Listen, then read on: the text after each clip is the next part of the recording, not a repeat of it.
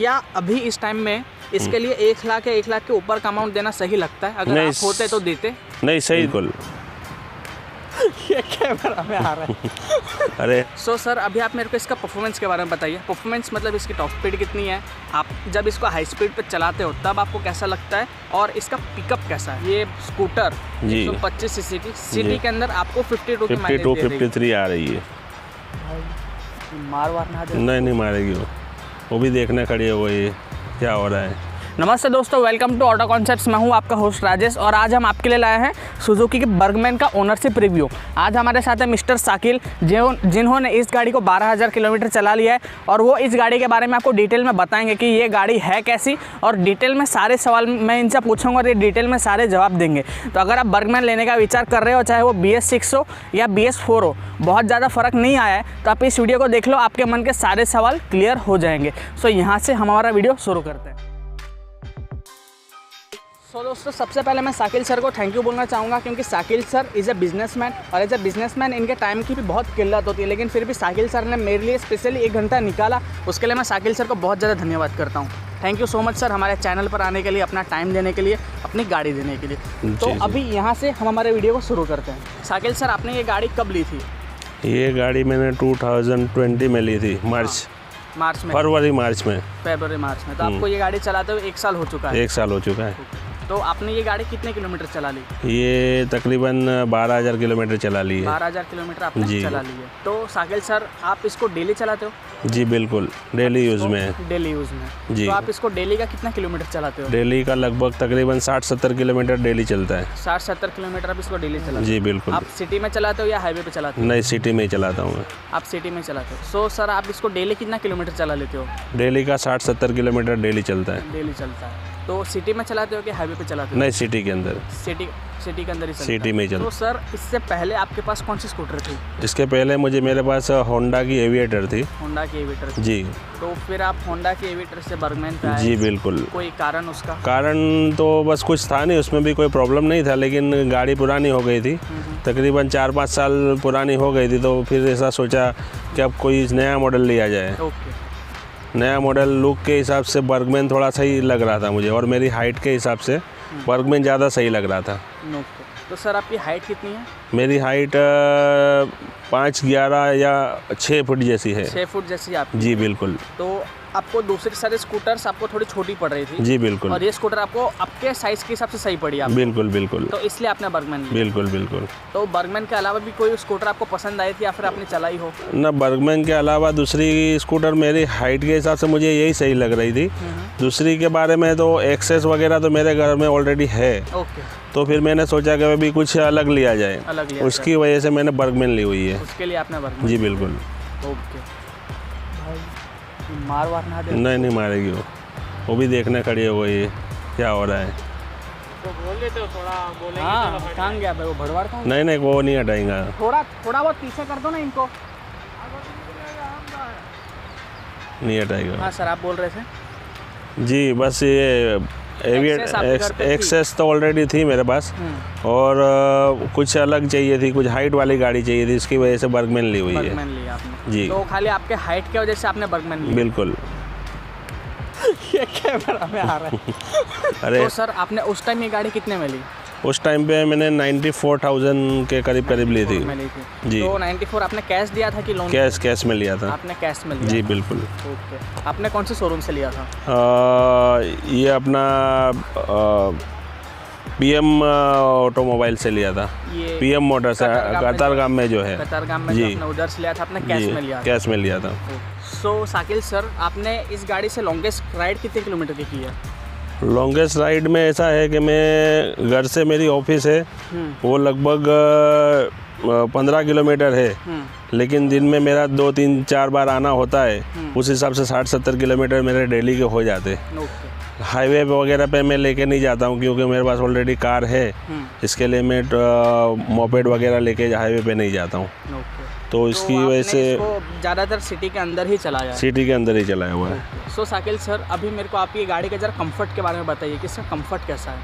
Comfort मेरी height के हिसाब से मुझे सही लगता है, क्योंकि गाड़ी की हाइट है और मेरी लंबाई के हिसाब से मुझे सही लगती है ये। सही लगता क्योंकि पैर भी आगे लंबे कर सकते हैं इसके है। अंदर, पैर भी हम आगे लंबे कर सकते हैं। ओके। तो उसके हिसाब से मेरी हाइट के हिसाब से मुझे बिल्कुल सही लगती है। हाँ, शायद किसी की हाइट कम हो तो उनको प्रॉब्लम आ सकती है। अच्छा, अभी ज़रा इसके सीट के बारे में बताइए कि इसका सीट कैसा है।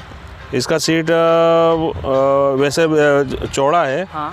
और अपने पीछे से भी बैठेंगे तो कोई प्रॉब्लम नहीं आता है। ओके, तो सीट में कंफर्ट है, झटके वगैरह एब्जॉर्ब कर लेती है? नहीं, बिल्कुल बिल्कुल सही है। इसका हैंडल बार भी सही है। कभी हैंडल बार पे वाइब्रेशन आया है? नहीं, बिल्कुल नहीं। ओके। इसके फुटबोर्ड में तो आपने बताया कि हम पैर भी एक्सटेंड कर सकते हैं। हाँ, पैर एक्सटेंड कर सकते हैं। कभी इसमें फुटबोर्ड में कभी वाइब्रेशन आया है अभी तक? नहीं, बिल्कुल नहीं। फुटबोर्ड में ऐसी कोई प्रॉब्लम नहीं है। तो साकिल सर, आपने ये गाड़ी इतनी चलाई, आपको कब मेजरली आपने सिटी में ही चलाते हो और सिटी में थोड़ा बहुत सूरत के ट्रैफिक थोड़ा बहुत रहता है ये सूरत, तो कभी ट्रैफिक में फंस के कभी आपको ऐसा लगा कि गाड़ी गर्म हो रही है कि हीट हो रही है? नहीं, बिल्कुल नहीं। ऐसा आपको कभी नहीं लगा? ऐसा कोई प्रॉब्लम, हीटिंग का कोई प्रॉब्लम नहीं? कोई प्रॉब्लम नहीं। सर, अभी आप मेरे को जरा पिनियन कंफर्ट के बारे में बताओ। जब हम इसको किसी को पीछे बिठाते हो तो उनका एक्सपीरियंस कैसा रहता है? उनका एक्सपीरियंस के अंदर ऐसा है कि थोड़ी सी उनको पीछे वालों को तकलीफ आ रही है।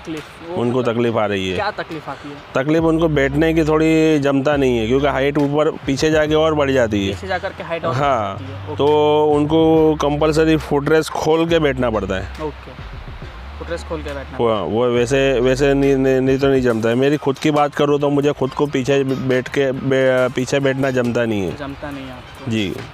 तो और कोई प्रॉब्लम है, जैसे कि सीट हार्ड हो या फिर चौड़ाई कम ज़्यादा, ऐसा कोई प्रॉब्लम है पीछे के सीट पे? नहीं, यानी ऐसी प्रॉब्लम तो नहीं है, लेकिन पीछे जाके थोड़ी सी चौड़ाई ज़्यादा है तो पीछे बैठने वालों को उस हिसाब से थोड़ी सी तकलीफ गिरती है। क्योंकि चौड़ी ज़्यादा है उसके लिए पीछे से। सर, आपने ये स्कूटर में कुछ मॉडिफिकेशन है, कुछ एक्सेसरी करवाया? नहीं, मॉडिफिकेशन में तो बस सीट कवर वगैरह लगवाया हुआ है और आगे थोड़ी बहुत रेडियम लगाई हुई है। बस उतना ही है, उससे ज़्यादा कुछ मैंने करवाया नहीं है। तो ये वाइजर का स्टिकरिंग का कॉस्ट आपको कितना पड़ा? ये मेरे ख्याल से 300 या 400 रुपये के आजू बाजू हुआ था। और ये जो काफ़ी बढ़िया से सीट कवर है, इसका कॉस्ट आपको कितना पड़ा? ये बस 300-400 रुपया हुआ है। ये भी बस 300-400 जी। यानी कि आपने एक्स्ट्रा बस खाली 1000 रुपये के आसपास बस उससे ज़्यादा कोई खर्चा नहीं किया। सर, अभी आप मेरे को इसके डिजिटल कंसोल के बारे में बताओ कि इसका जो मीटर कंसोल दिया गया है वो आपको कैसा लगता है? दिखने में बराबर है, कम है, या फिर कुछ और इम्प्रूवमेंट हो सकता था? नहीं, इम्प्रूवमेंट की तो अभी नए मॉडलों के अंदर थोड़ा बहुत इम्प्रूवमेंट आया हुआ है जो सही है, लेकिन ये भी सही है, इसमें भी इतना सा प्रॉब्लम नहीं है।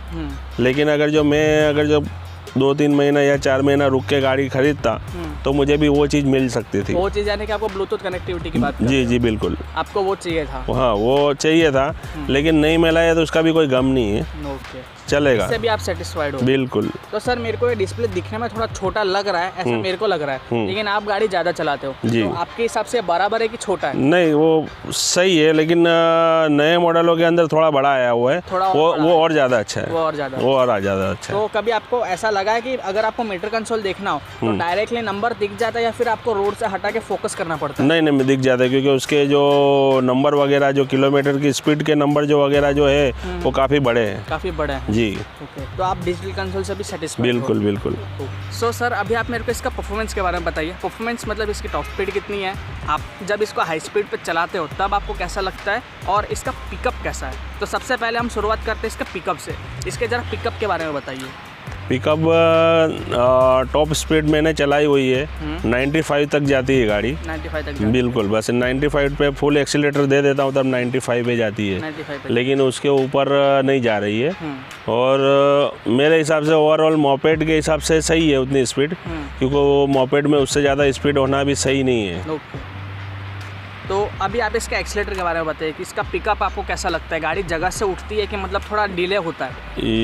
यूरो 6 है तो उसके हिसाब से थोड़ा सा स्पीड तो स्लो ही लेगा, थोड़ा सा। हाँ। क्योंकि यूरो 4 के अंदर थोड़ा सा तुरंत उड़ जाती थी, लेकिन इसके अंदर एवरेज वगैरह ज़्यादा अच्छी है, माइलेज वगैरह अच्छी है, तो उसके हिसाब से सही है। लेकिन क्या है कि यूरो 4 वाली जो गाड़ी थी उसका परफॉर्मेंस और ये परफॉर्मेंस में थोड़ा सा फ़र्क पड़ेगा, लेकिन उसके सामने माइलेज में भी फ़र्क पड़ जाएगा। जी। तो आपको इसके पिकअप से कोई प्रॉब्लम है? पिकअप यानी एक्सेलरेशन से बराबर है? बस अगर जो ये 125 अगर उसकी जगह पे 150 अगर जो होती तो ज़्यादा बेटर होता मेरे हिसाब से। ज़्यादा बेटर होता आपके? जी। तो आप जब खुद चलाते हो और आप जब पीछे पिनियन को बिठा के चलाते हो तब ऐसा लगता है कि गाड़ी पूरी दब गई या फिर नहीं। पावर रहता है इसमें? नहीं, पावर तो रहता है, ऐसा कोई प्रॉब्लम नहीं है। तो मतलब उस हिसाब से अगर हम ओवरऑल देखा जाए तो इसका एक्सेलरेशन काफ़ी बढ़िया है। बढ़िया है। काफ़ी बढ़िया। टॉप स्पीड आपने जैसा कि बोला 95 की है। जी 95 पे जाती है तो गाड़ी। आप सिटी में कितना स्पीड मेंटेन करके चलते हो? सिटी के अंदर अगर जो खुला रास्ता रहा तो फिर मैं 90 तक पहुंच जाता हूं, लेकिन अगर जो खुला नहीं है तो फिर लगभग एवरेज 60-70 किलोमीटर के ऊपर चलता हूं मैं। 60-70 किलोमीटर जी। तो हाल फिलहाल आप इससे सिटी के अंदर कितना माइलेज निकाल रहे हो? सिटी के अंदर ही मैं आपको 52-53 की एवरेज में मुझे आ रही है। ये स्कूटर जी 125 सीसी की सिटी के अंदर आपको 52 की माइलेज 52-53 आ रही है। 52 बिल्कुल ट्रैफिक में नहीं, हाँ, थोड़ा सा खुला रोड होता है तो। थोड़ा सा खुला, मतलब आपका जो रूट है उसमें उतना ज़्यादा ट्रैफिक आता नहीं? जी वो कम है, मेरे रूट के अंदर ट्रैफिक थोड़ा सा कम है उस हिसाब से। अगर जो फुल ट्रैफिक में अगर जो अपने किसी भी गाड़ी की माइलेज बता नहीं सकते, कम ज़्यादा होती रहे, कम ज़्यादा हो सकती है उसमें। ठीक है, तो मतलब आप तो इससे 50 तो निकाल रहे हो? बिल्कुल। सो सर, जब आप इसको हाई स्पीड्स पे चलाते हो यानी कि 70, 80, 90, 95, तो उस टाइम इसका परफॉर्म मतलब इसमें कंफर्ट कैसा रहता है? वाइब्रेशन आते हैं कि नहीं आते हैं? अब क्योंकि सर ये पूरी फाइबर बॉडी है, तो कभी आपको ऐसा लगा है कि इसमें वाइब्रेशन आ रहा है, ऐसा कुछ हाई स्पीड पे चलाने के टाइम? नहीं, मेरे हिसाब से कभी भी नहीं आया वाइब्रेशन। बिल्कुल नहीं। कभी ऐसा लगा है कि इसमें कुछ खखड़ा रहा है? नहीं, समझ गया, वो कुछ नहीं है, ऐसा कोई प्रॉब्लम नहीं है। ऐसा कोई भी आपको प्रॉब्लम? बिल्कुल नहीं है। तो काफ़ी स्मूथ चलती है? बिल्कुल। स्पीड पे भी 80-90 के बाद भी काफ़ी स्मूथ चलती है? बिल्कुल। ऐसा, ओके। सर अभी आप मेरे को इसके ब्रेक के बारे में बताइए कि इसका आगे का ब्रेक, पीछे का ब्रेक कैसा है, और आपने बारिश में भी चलाया ही होगा, तो कॉन्फिडेंस मिलता है कि नहीं मिलता है? नहीं, कॉन्फिडेंस मिलता है, क्योंकि आगे डिस्क ब्रेक है। अगर जो अकेली डिस्क ब्रेक अपने लगा देते तो फिर गाड़ी स्लिप हो सकती है, लेकिन दोनों ब्रेक को साथ में इस्तेमाल करने से कम ज़्यादा तो कोई प्रॉब्लम नहीं आती और गाड़ी जगह पे रुकती है। जी, बारिशों में चलाने में कॉन्फिडेंस कोई प्रॉब्लम नहीं है, बिल्कुल सही तरीके से चलती है बारिश में भी। कभी स्लिप हुई है? ना, बिल्कुल नहीं, कभी भी नहीं हुई अभी तक आपकी बिल्कुल स्लिप नहीं? बिल्कुल नहीं। तो इसके टायर्स भी काफ़ी अच्छे हैं और बिल्कुल ब्रेक से भी बढ़िया, आप सेटिस्फाइड हो?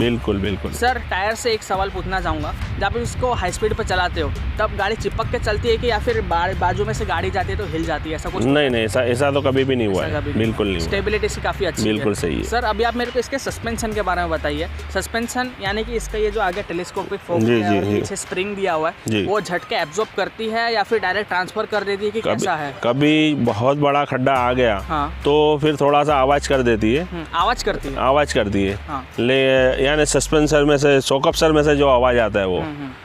लेकिन वो अगर जो अपने सोच समझ के चलाए और कंट्रोल से चलाए तो वो प्रॉब्लम नहीं आने वाली, लेकिन बड़ा खड्डा तो कोई भी गाड़ी में आवाज़ तो आने वाला ही है। कार में भी बिल्कुल, सभी गाड़ियों में आएगा। जो नॉर्मल सर छोटे मोटे बम्पर होते हैं, हाँ, उसमें कोई प्रॉब्लम नहीं है, बिल्कुल कर लेती है, बिल्कुल झटके आप तक नहीं आते हैं? नहीं, बिल्कुल नहीं। सस्पेंशन भी आपके हिसाब से सही है? सही है। सर आपने ये गाड़ी को नाइट में भी काफ़ी टाइम चलाया होगा?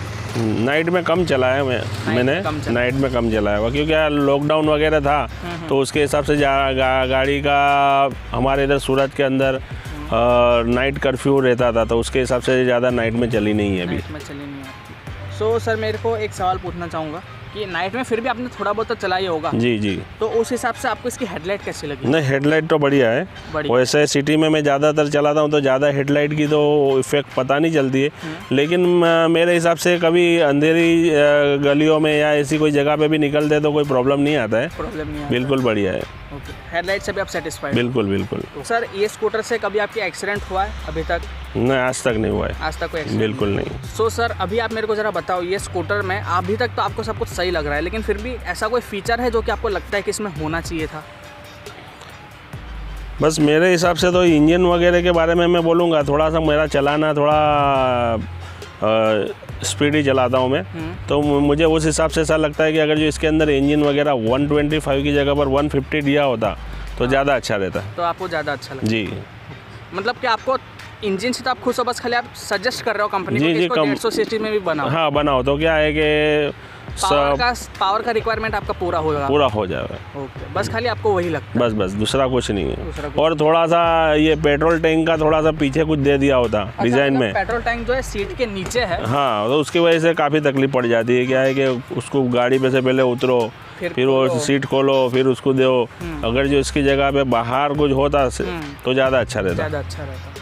वो फीचर आपको चाहिए था? वो चाहिए था, हाँ, वो है नहीं।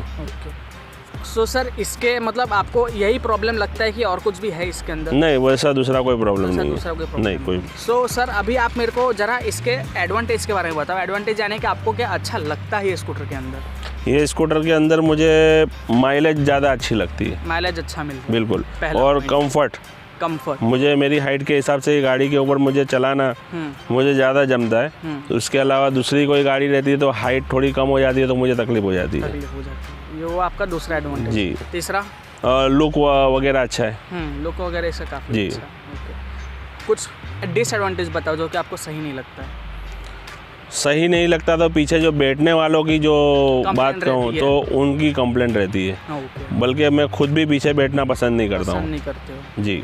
और कोई प्रॉब्लम? नहीं, बस यही प्रॉब्लम है। बस आपको सिर्फ ये प्रॉब्लम नजर जी, आता है। बस। तो सर अभी हम जरा सर्विस के बारे में बात कर लेते हैं। इसका सर्विस कॉस्ट कितना आ जाता है? आपने 12,000 चला लिया तो 4 बार तो सर्विस करवा बस 4 बार कराया हुआ है मैंने। तो आपका 4 बार सर्विस कराया तो ऑन एन एवरेज आपका कितना खर्चा आया? ज़्यादा नहीं है मेरे ख्याल से।